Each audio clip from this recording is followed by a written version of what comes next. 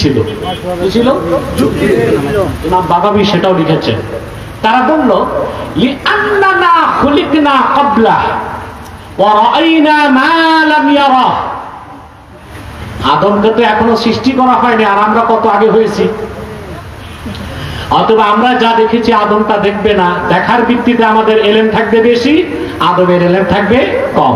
এলেম যার বেশি দাম তার বেশি না, বয়স যার বেশি দাম তার বেশি না, এলেম যার বেশি দাম তার বেশি। এই যুক্তি কাদের?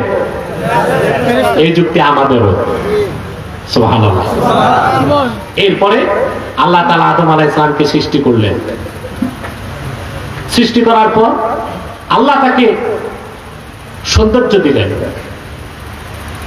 দৈহিক অঙ্গ শ্রেষ্ঠতাকে দান করলেন, তারপর তাকে অমূল্য রত্ন ইলম জ্ঞান দান করলেন।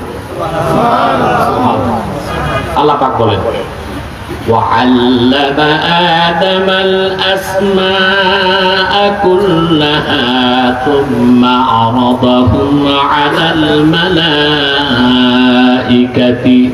فقال أنبئوني بأسماء هؤلاء إن كنتم صادقين।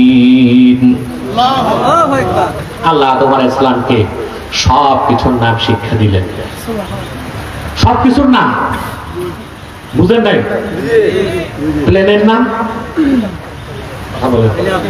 প্লেনের নাম, রকেট, হেলিকপ্টার, প্যান্ডেল, লাইট, কিভাবে, তখন তো এগুলো ছিল না, আদম শিখছিলাম। আমি একটা সায়েন্টিফিক তথ্য দিচ্ছি আপনাদেরকে। আপনারা লিওনার্দো দা ভিঞ্চির নাম শুনছেন? কোন দেশের শিল্পী? ইতালি।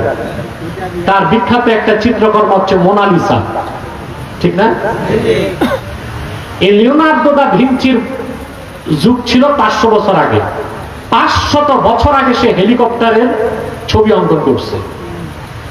তার মৃত্যুর 500 বছর পর তা আবিষ্কার হলে এটা কিভাবে সম্ভব হয়েছে? লিওনার্দো দা ভিঞ্চি 500 বছর আগে যে ছবিগুলো অঙ্কন করেছে, পৃথিবীতে 500 বছর পর তা এসেছে, তা কিভাবে সম্ভব? এটার কোনো জবাব বিজ্ঞানের কাছে নাই, আমাদের কাছে জবাব আছে। একটা জগৎ আল্লাহ তৈরি করে রেখেছেন, তাকে বলে আলামে মিসাল। কি বলে?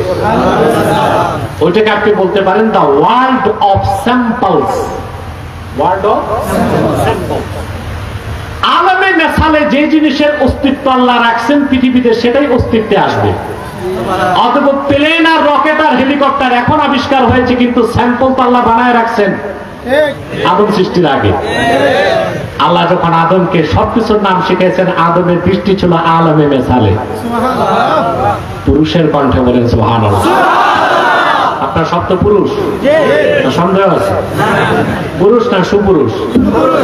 আলহামদুলিল্লাহ। আল্লাহ সবকিছুর নাম আদমকে শিখালেন। এবার বেহেশতের মধ্যে শুরু হয়ে গেল কম্পিটিশন। একদিকে ক্যান্ডিডেট একজন হযরতে আদম, আরেকদিকে বিলিয়ন বিলিয়ন ফেরেশতা। ফেরেশতাদের চ্যালেঞ্জ ছিল, আল্লাহ আদমকে বানাবে, আমাদের কোনো বাধা দেওয়ার ক্ষমতা নাই, তবে অবশ্যই আদমের দাম আমাদের চেয়ে, আদমের এলেম হবে কম। এখন পরীক্ষা হবে আসলে এলেম বেশি ফেরেশতাদের না এলেম বেশি আদমের। সুবহানাল্লাহ।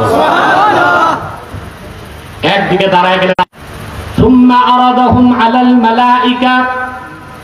আদমকে যেই নামগুলো আল্লাহ শিক্ষা দিলেন, ফেরেশতাদের সামনে আল্লাহ তুলে ধরলেন, আর ফেরেশতাদেরকে বললেন আম্বিউনি বিআসমাই হাউলা।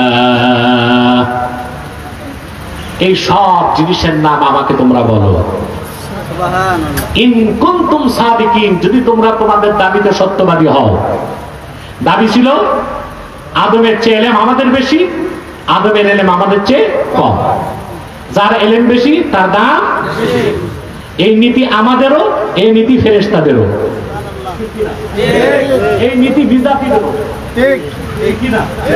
যার জ্ঞান বেশি তার দাম বেশি, যার এলেম বেশি তার দাম বেশি। বয়স বেশি হলে দাম বেশি হয় না। কচ্ছপ বাঁচছে 250 বছর, আর রয়্যাল বেঙ্গল টাইগার বাঁচে 71 থেকে 72 বছর। দাম বেশি কোনটা? বছর বাঁচে 250 বছর। আর রয়্যাল বেঙ্গল টাইগার বাঁচে 72 বছর। কিন্তু মরা বাঘের চামড়াটার দামও কয়েক লাখ টাকা হয়। তাহলে বোঝা যায় বয়স বেশি হলে দাম বাড়ে না, যার এলেম বেশি তার দাম বেশি। কেন বললাম? আমাদের দেশে দেখা যায় সব কাজে ডেট ফেল, ডেট এক্সপায়ার্ড বুড়া মানুষদেরকে দায়িত্ব দেওয়া হয় না। মানুষের বয়স যত বাড়ে তার সম্মান বাড়বে। মুরব্বীগণ থাকবে দোয়া মুনাজাতে, কাজ করবে যুবকরা, কাজ করবে জ্ঞানী মানুষ, কাজ করবে শিক্ষিত মানুষ, কাজ করবে যোগ্য মানুষ। আর যে বুড়া মানুষ বয়স 88 বছর, মেরুদণ্ড বাঁকা হয়ে গেছে, দাঁত সব পড়ে গেছে, আপনি মুরব্বী মনে করে ওনারই যদি দায়িত্ব দিয়ে দেন, তাহলে কাজ কখনো সফলতা লাভ করতে পারবে না। মুরব্বীদের কাজ হচ্ছে চোখের পানি দিয়া যুবকদের কাজকে আল্লাহর কাছে কবুল করানো। কাজ করবে কারা? যুবক। নেতৃত্ব দিবে কারা? জ্ঞানী মানুষ। কারা? না বয়স বেশি তার? ফেরেশতাদের সামনে আল্লাহ তুলে ধরলেন, নামগুলো বলো দেখি কার ইলম বেশি তোমাদের না আদবের। কোরআন সাক্ষ্য দিচ্ছে, قالوا سبحانك لا علم لنا إلا ما علمتنا إنك أنت العليم الحكيم قالوا سبحانك সমস্ত ফেরেশতা মস্তক নত করে বলল, রব্বুল আমিন পবিত্রতা শব্দ তোমার। লা ইলমা লানা ইল্লা মা আল্লামতানা, তুমি যে ইলম শিক্ষা দিছো আমাদের, এর বাইরে আমাদের কোনো ইলম নাই। এই একটা কিছুর নাম আমরা বলতে পারবো না। আল্লাহ আদমকে বললেন তুমি বলো। আদম আলাইহিস সালাম বলা শুরু করলেন। পৃথিবীর সৃষ্টি লগ্ন থেকে কিয়ামত পর্যন্ত যত বস্তু পৃথিবীতে অস্তিত্বে এসেছে এবং আসবে সবকিছুর নাম আদম আলাইহিস সালাম বলে দিলেন।